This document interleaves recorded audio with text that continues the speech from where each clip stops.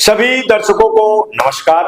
आज हम आपको उत्तर प्रदेश की सुल्तानपुर लोकसभा सीट का एनालिसिस बताते हैं। सुल्तानपुर सीट पर 18,34,355 वोटर हैं। यादव, मुस्लिम और निषाद मिलाकर 7 लाख से ज्यादा निषाद वोटरों की संख्या करीब 2 लाख के आसपास है। बीजेपी से मेनका का टिकट कटा तो भारतीय जनता पार्टी की मुश्किलें बढ़ जाएगी। बीजेपी ने क्षत्रिय उम्मीदवार उतारा तो नाराज ब्राह्मण जो है वो भी समाजवादी पार्टी के साथ आ सकता है। समाजवादी पार्टी ने भीम निषाद को उतारकर एक बड़ा पैंतरा मारा है।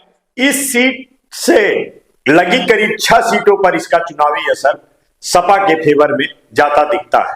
दरअसल सुल्तानपुर सीट पर तो लगभग 2 लाख के आसपास निषाद वोटर हैं, लेकिन इसके आसपास की सीटों पर जैसे जौनपुर, मछली शहर, अकबरपुर, अयोध्या, प्रतापगढ़, भदोही, मिर्जापुर से होकर वाराणसी तक हर सीट पर निषाद वोटरों की संख्या पर्याप्त है। 1952 से लेकर अब तक किसी भी लोकसभा में किसी भी दल ने सुल्तानपुर सीट से किसी निषाद को चुनाव मैदान में नहीं उतारा। नतीजा जैसे ही इस बार समाजवादी पार्टी ने भीम निषाद के नाम की घोषणा की, समूचे इलाके के निषादों में जश्न और उल्लास छा गया। जब इस इलाके में कई निषाद नेताओं से बात की तो अंदाजा लगाना मुश्किल हो गया कि नदी को किनारों पर अमूमन झोपड़ी में रहने वाली इस बिरादरी में अपनों के लिए कितनी एकता है। जब चुनाव में कोई अपना खड़ा हो, फिर वो चाहे जिस पार्टी से हो, बस उसे ही जिताना है। कोई और जात बिरादरी उसे वोट दे या ना दे, लेकिन निषादों को तो एकजुट होकर 100% उसे ही मतदान करना है। अब अगर ऐसा जुनून और जज्बा इस बिरादरी में अपनों के लिए है तो चुनावी गणित के लिहाज से कैंडिडेट बिरादरी वोट प्लस पार्टी का उस सीट पर बेस वोट, जैसे इस सीट पर समाजवादी पार्टी का बेस वोट जो है मुस्लिम प्लस यादव का मिलाकर लगभग 8 लाख हो जाता है। इसके अलावा बीजेपी का कैंडिडेट अभी घोषित नहीं है, लेकिन अगर मौजूदा सांसद मेनका गांधी का टिकट काटकर बीजेपी यहां से किसी क्षत्रिय उम्मीदवार को उतारती है तो तय मानिए भीम निषाद चुनाव जीतते नजर आ रहे हैं। वजह बीजेपी की तरफ से ठाकुर उम्मीदवार आते ही करीब 50% ब्राह्मण भी निषाद को वोट कर सकते हैं, ऐसा हमारा मानना है।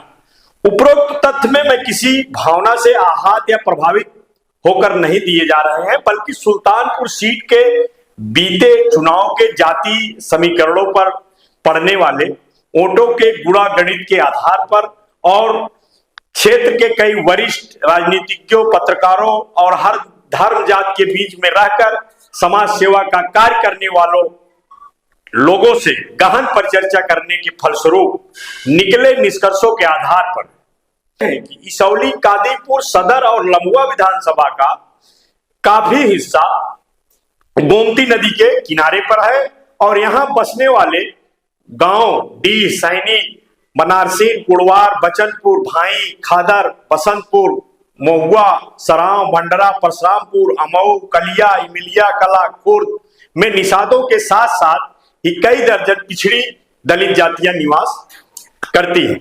इसमें निषाद, मल्लाह, केवट, बिंद, मारिर, गनरिया, कश्यप, प्रजापति, लोनिया, चौहान, बनमानुस आदि लोग प्रमुख। बीते कई लोकसभा चुनाव में इन जातियों को अपने में कोई प्रत्याशी किसी पार्टी ने नहीं बनाया, खास तौर पर बीजेपी, सपा और बसपा ने। इन तीनों पार्टियों ने हर बार सवर्ण या मुस्लिम प्रत्याशियों पर ही भरोसा जताया। नतीजा ने जातियां या तो बीजेपी या फिर स्थानीय स्तर पर हावी नेताओं के कहने पर सपा या बसपा के खाते में ही अपना वोट डालती आई। लेकिन इस बार जो तुरुप का इक्का समाजवादी पार्टी ने चला है और यहां से भीम निषाद को टिकट दिया है, वो वाकई सुल्तानपुर सीट पर तो अप्रत्याशित नतीजे लाएगा ही, साथ ही आसपास के अंबेडकर नगर, जौनपुर, मछली शहर, अमेठी, प्रतापगढ़, अयोध्या की सीटों पर भी निषाद जाति की एकता पर आधारित वोटों का गणित जिस दल के साथ जाएगा उसकी जीत की निश्चितता तो बढ़ेगी ही, साथ ही साथ जीत के आंकड़े। बस अब बहुत कुछ निर्भर करता है कि बीजेपी मेनका पर ही दांव लगाती है तो फायदे में रह सकती है, पर यदि बीजेपी से ठाकुर उम्मीदवार आता है तो उसे ब्राह्मणों के वोटों को पाने के लिए नाको चने चबाने पड़ सकते हैं। गौरतलब होगा कि बसपा यहां से किसे अपना उम्मीदवार बनाती है। बसपा यहां से अगर किसी मुस्लिम को उम्मीदवार बनाएगी तो सपा को नुकसान पहुंच सकता है, लेकिन अगर बसपा का उम्मीदवार दलित या पिछड़ी जाति का हुआ तो बीजेपी के लिए मुश्किलें बढ़ेंगी और सपा की राह आसान हो जाएगी। आज के लिए इतना ही। नमस्कार।